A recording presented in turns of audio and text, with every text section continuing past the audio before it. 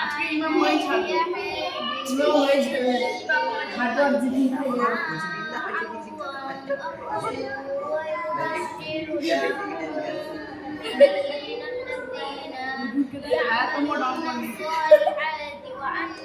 मौलाना में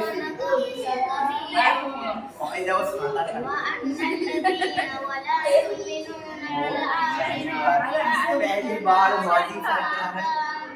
सरकार को गिराना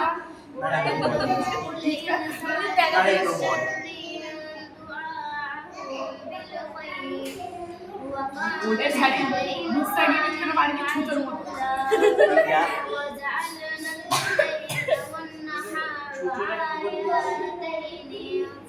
ये ना पहली बार जनता को